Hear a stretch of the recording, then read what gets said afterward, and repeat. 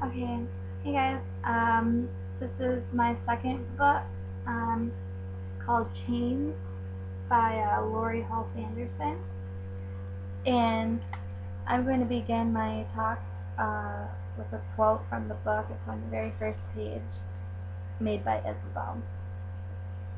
The best time to talk to ghosts is just before the sun comes up. That's when they can hear us true, Mama said. That's when ghosts can answer us. The eastern sky was peach-colored, but a handful of lazy stars filled blank in the west. It was almost time. This is what the book opens up with, and this is right before they're going to bury Miss Mary Finch, who is the owner of Isabel and her sister Ruth, and who was the owner of their mother as well. By reading this, you could tell that Ruth and Isabel's mom had passed away the year before due to smallpox, and seems the girls had smallpox too, but they were lucky enough to live through it, where their mother was not. So this is where they were going up to the graveyard to bury Miss Mary Finch in the same graveyard, well, not the same graveyard, a graveyard adjacent to the graveyard where her mother is buried. So she was talking about like ghosts, and the best time to talk to them is in the morning, and so she's going to run up to her mom's grave to try and talk to her mom. This whole book is about slavery and freedom.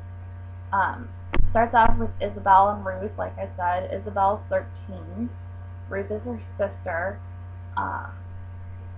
They are actually promised freedom when Miss Finch, before Miss Finch passes away, she promises them freedom, and her mother, but like I said, her mother ended up passing away before Miss Finch, and they were promised freedom, and Isabel said that it was written on a piece of paper and that she saw it, but that piece of paper was never found, and so there was no written proof that Miss Finch actually gave them their freedom. So her nephew, Robert, ended up selling Ruth and Isabel to the Locktons, who live in Manhattan.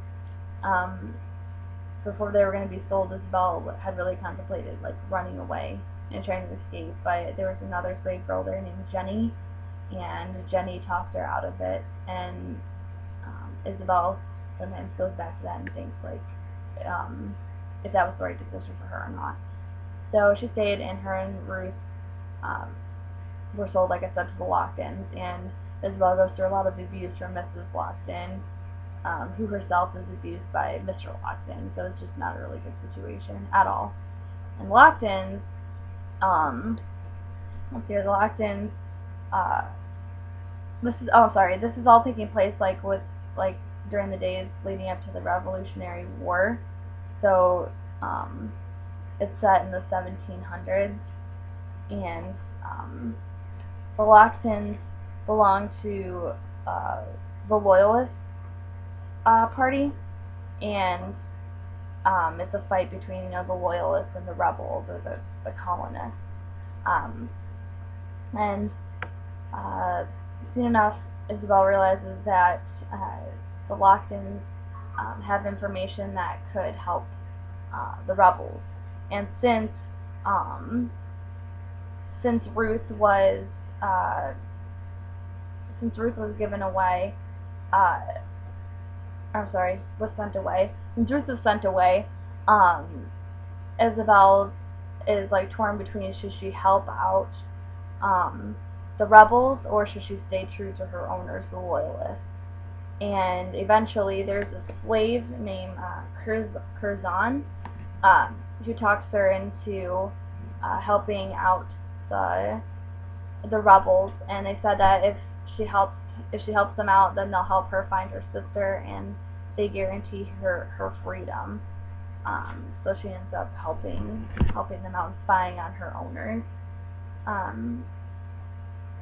Each chapter in this book begins with like an advertisement, handbill, newspaper article, or like a letter from the time period, and that's to help like the readers like get really into that time period and feel like they're right there along with Isabel and her struggle for freedom.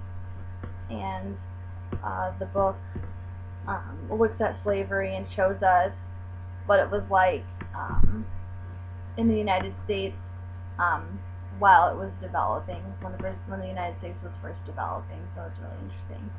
It gives you a little history lesson about that. So that's really cool. I really enjoyed this book a lot. So, good time with us.